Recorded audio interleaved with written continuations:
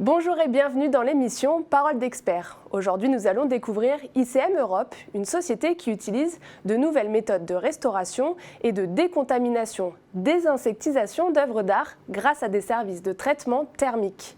Lynn Gizen, PDG de e-Park et ICM Europe, et Roch Payet, consultant en conservation préventive, sont mes deux invités pour nous présenter ce procédé particulier. Bonjour et bienvenue à tous les deux. Bonjour. Bonjour. Alors Lynn, présentez-nous votre activité. Quel est votre métier ? ICM, c'est un acronyme qui signifie Integrated Contamination Management. Et donc, c'est une technologie brevetée pour la désinsectisation et la décontamination des biens culturels. Ces deux applications se trouvent dans le domaine de la conservation préventive, qui concerne la gestion et le stockage des œuvres d'art et des objets du patrimoine.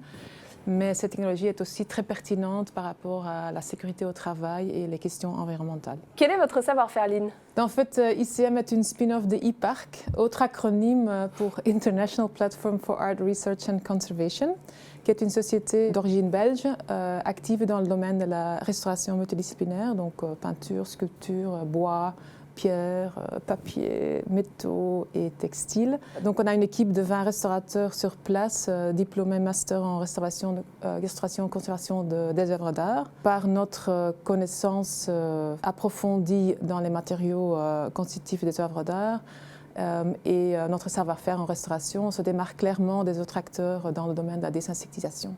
Parlons de technologie. La technologie ICM se sert uniquement d'air chaud dans l'humidité régulée afin de ne provoquer aucune déformation des matériaux constitutifs des œuvres d'art. Elle est non seulement très rapide parce qu'un cycle de traitement en moyenne ça dure à peu près 24 heures, mais elle est aussi très efficace et tue aussi bien les insectes adultes, les larves et les œufs, mais elle est aussi écologique et neutre en carbone. Par cette technologie, on peut traiter en fait tout type d'œuvres, à la fois mais c'est la même méthode pour toutes les œuvres d'art. Oui, anciennes, modernes et contemporaines, mais les paramètres de programmation peuvent être différents. Et donc, par ailleurs, il y a aussi des artistes qui utilisent des matériaux organiques très appréciés par les insectes, et donc ils font aussi traiter leurs œuvres chez nous. Alors Roch, quelles sont les valeurs qui vous différencient ?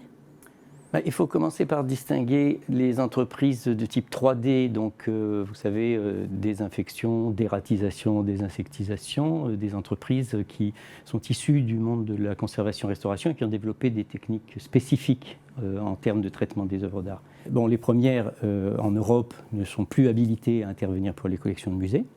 Pourquoi ? Parce que justement, elles utilisent des produits qui sont toxiques, qui sont néfastes pour les collections.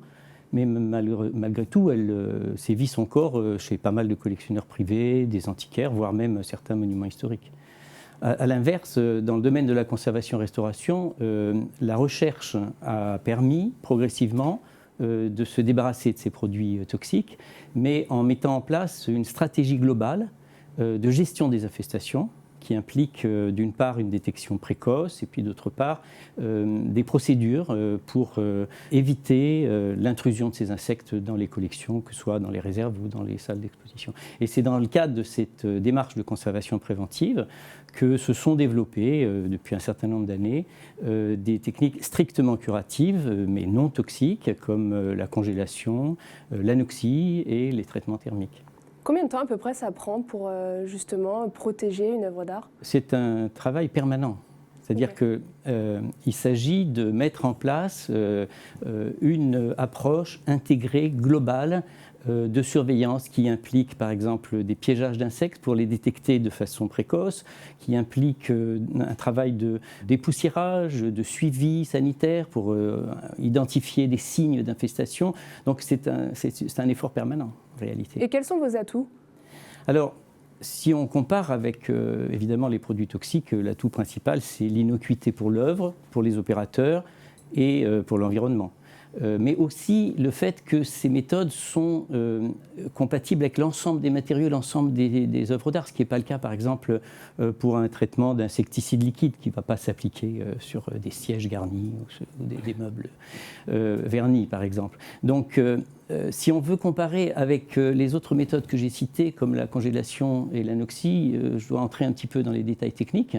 Donc la congélation, elle offre vraiment, elle apporte de grands services pour des traitements de collection de taille limitée, limitée par la dimension des congélateurs qui sont à disposition.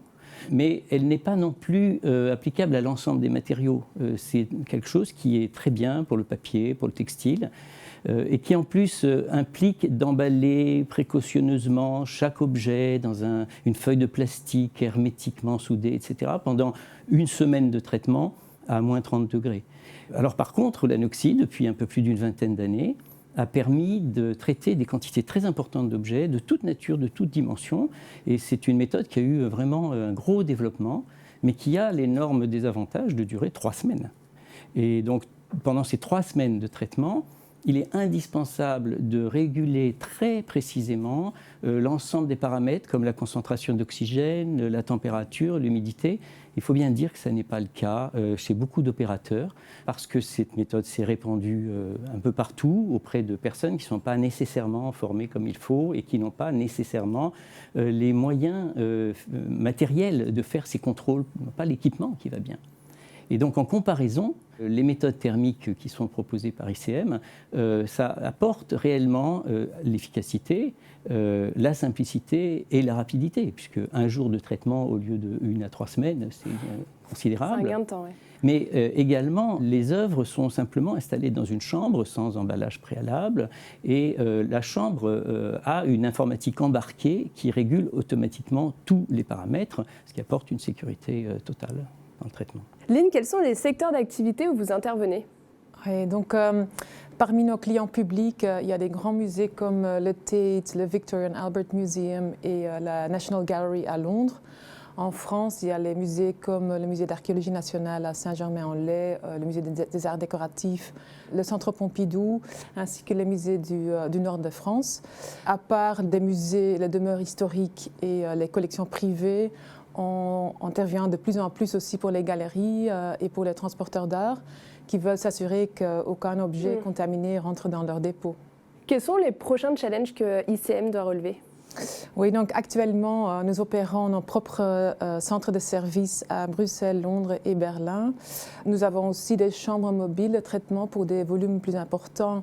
Et prochainement, fin 2021, nous démarrons en France, dans le sud, ainsi qu'en Espagne. Et donc, nous comptons aussi développer les États-Unis, le Moyen-Orient, ainsi que les pays maghrébiens. Actuellement, on est dans une phase de recherche et développement pour la décontamination ou la détoxification des œuvres dans des collections muséales qui ont été traitées au siècle précédent, mais aussi encore aujourd'hui, avec des produits toxiques, voire même carcinogènes, qui le sont toujours.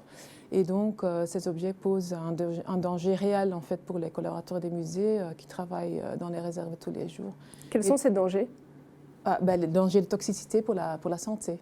Okay. Notre technologie permet en fait de mobiliser les molécules et de les capter dans les filtres, donc ce qui ouvre des perspectives importantes, en fait, tout à fait en lien avec les objectifs de développement durable, à l'attention accrue pour la santé publique suite à la crise du Covid, c'est évident.